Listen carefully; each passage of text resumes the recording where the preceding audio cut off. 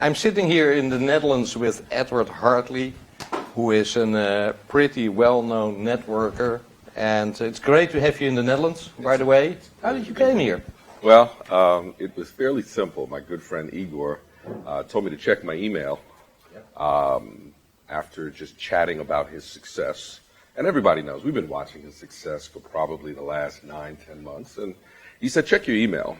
And there was a plane ticket from Atlanta to Amsterdam. And he told me, get on the plane. I said, but Igor, I'm busy. He said, get on the plane. So after kind of just thinking about it, I said, you know what? It really didn't make sense to watch my good friend fast track to a billionaire. And that's what I felt. He was on a fast track to becoming a billionaire. And I didn't want my grandchildren, my great-grandchildren to say, well, Daddy's good friend became a billionaire, and you didn't, and he didn't, because he didn't want to get on a plane. So it was a pretty simple decision. Now, maybe a difficult question, but you were involved in a previous opportunity. You were pretty successful in that one. So why OneCoin at this moment? Well, you know, what I just said a moment ago plays into it. I mean, some people look at the fact that OneCoin is making people lots of money, and that's clear. It's obvious. But there's a greater mission, and because I'm a person from finance, my background, I'm a forensic accountant. I spent years consulting companies, looking at trajectories of patterns of where companies are going. And it was pretty hard to deny that there was a great deal of success, that the probability that OneCoin would become a dominant force in not just in cryptocurrency, but in the world economy, that was something that I just couldn't resist. When I didn't know, I didn't know. But after I got on that plane and I sat here, spoke with Igor, spoke with Andrea, met some other people, of course, even speaking to my good friends, the Steinkellers, and understanding that this is a major movement here. And because in that coffee company that I was involved with, I had the opportunity to open many countries, from Nigeria to Malaysia, even down in the Caribbean, Trinidad, and so many other countries that have been part of the development of those markets. So when you understand the difficulty in terms of money movement and the cost and how it affects the middle class and the not so, I don't want to call them poor, but let's just be real, the people who are less fortunate financially. I think cryptocurrency and the methodology that OneCoin, Dr. Ruja has put together is something that's going to change the world. Okay, now a difficult question, another one. A lot of people say, listen, OneCoin, it is a Ponzi. And that is, of course, an ugly one. Now, you are a forensic accountant, so give me the reason why it is not. You know what? Look, I can't tell you it is not, per se, because everyone has a perspective.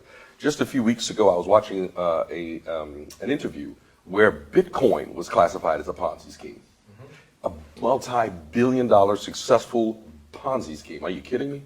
You see, what I believe is that propaganda will always get people's attention, okay? So what better way to argue the movement, the growth of something that's really powerful? I mean, just the fact that so many people have paid so much attention and called it those kind of names, that lets you know you're onto something. Why?